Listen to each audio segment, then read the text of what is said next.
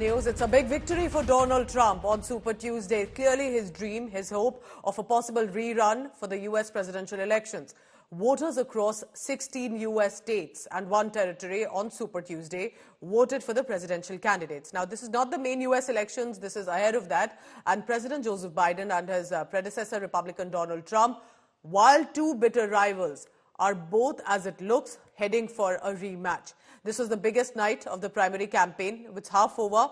Results will take a few more hours, but we can tell you that the former US President Donald Trump has won big in states like Alabama, Arkansas, and North Carolina, Oklahoma, Tennessee, Texas, and Virginia, where it appears as many of these areas are called the red states. He sought to, however, possibly force rival Nikki Haley, could be to withdraw from the race as well. But even for Joseph Biden, remember, he has won the Democratic presidential primary in some of these states as well. So that's the big news coming in. And I want to introduce our guests who are joining us from USA.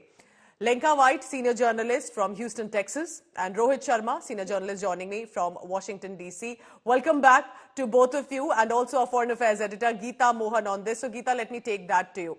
Now, many would say that there has been a survey in USA that many are not as enthusiastic about Biden or Trump, but the fact is these primaries show that clearly they are still the two big leaders. Tell us first more about Trump, because I'm curious to know about how, despite legal hassles, he's making the move.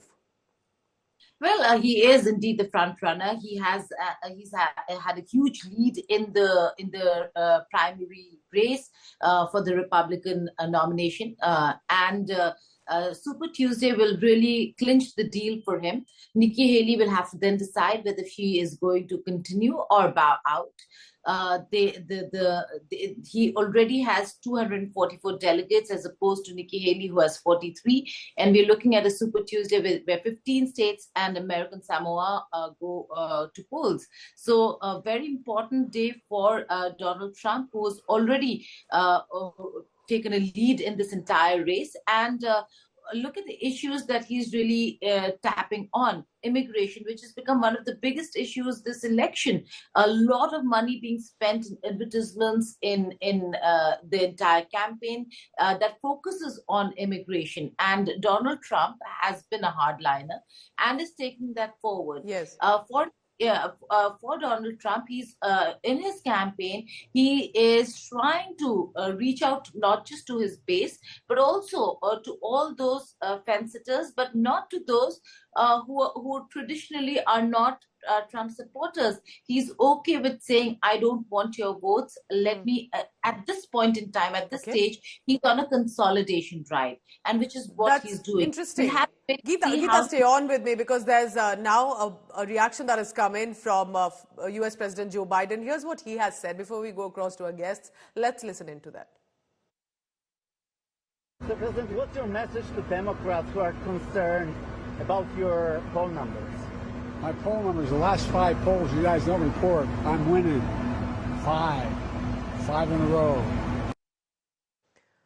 So Joe Biden, over 80 years of age, but extremely confident that he'll still possibly sail through against the 77-year-old Donald Trump. Let me take that question now. First to Lenka White. Lenka, you know, yesterday when we were discussing 24 hours ago, it did appear that Donald Trump was showing signs of possibly winning one by one states. But Super Tuesday was to be the big test. How do you think he has fared in this case, even though Joe Biden appears to be saying, I am as confident of winning again? That's a great question. I think Donald Trump is basically nailing it. He, as you said, he's winning every single state, you know, about 30, 40 points, and it's a big deal. And even liberal media are actually showing polls for the general elections saying that Trump is going to lead ahead of Biden, which is, you know, it's not usually like this. Like, liberal media usually support their liberal candidate, but New York Times, for some reason, is now saying that Donald Trump is going to win. So interesting. Yeah. And do you think, Rohit, here, when I come to you, that, you know, Nikki Haley is there, so there are candidates with regard to the Democrats as well. But can we say this is looking like a rematch for Donald Trump and Joe Biden? And what do you think it is for American voters that possibly both of them despite controversies, despite questions, despite criticism, are still the favorites for America? Well, look, I think Nikki Haley doesn't have a path. She doesn't have a realistic path to nomination. Most likely, she's going to drop out. Again, I'd be surprised if she does not. She doesn't have funding to go through. One of her biggest donors have pulled out. So I think it looks more than likely that Nikki Haley is going to pull out. Now, as far as Americans are concerned, we talked about it yesterday also, Pooja. I think we don't have, the candidates that people want to see. People want to see younger candidates, right? But this is the rematch that people did not want. And I think we're heading to November. This is what we'll get. But one interesting thing, and I really want to point this out, although, we're sitting in March right now talking about November, 40% of Nikki Haley voters, right? More than 40% of Nikki Haley voters, they are saying that they would not vote for Donald Trump. Now, remember, this is Republican primary. These aren't general elections. So I think when Joe Biden is confidently coming out and saying that he thinks he's going to win this, I think he's banking on those people. He's banking on those suburban women voters, on young voters, on, again, being immigration being such a big deal. He's banking on all those voters to, sort of come back and support him again. So we'll have to wait and watch what happens between now and November. But again, I think it is a rematch that nobody in America wanted.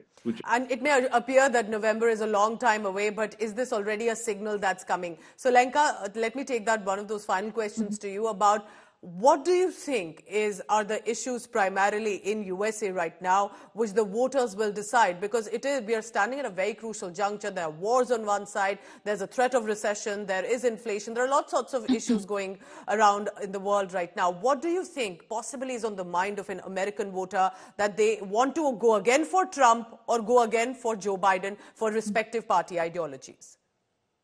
I think it's a one word. It's immigration. Definitely immigration, especially for the Republican voters. Ever since the beginning, it was immigration, but now actually also increasingly for the Democratic voters, because we are having big issues here. We are hearing about killings, about murders, linked to illegal immigrants. New York has become really messy. One cannot renew identification cards for like 3 months ahead because immigrants are taking the spots. So people are getting increasingly upset. And even among Democratic voters, this topic is really increasing in why they are voting for a certain person. And I think it will be even more probably right before November, because this is not going to go away. It's coming to Arizona, it's coming to California. Texas has taken precautions, but they are moving to other states. And as we know, Biden is not very strong on that. That's a good point made, because does it look like that it will be a rematch between Donald Trump and Joe Biden? And is immigration really one of the big issues primarily for America, apart from other issues as well on the ground?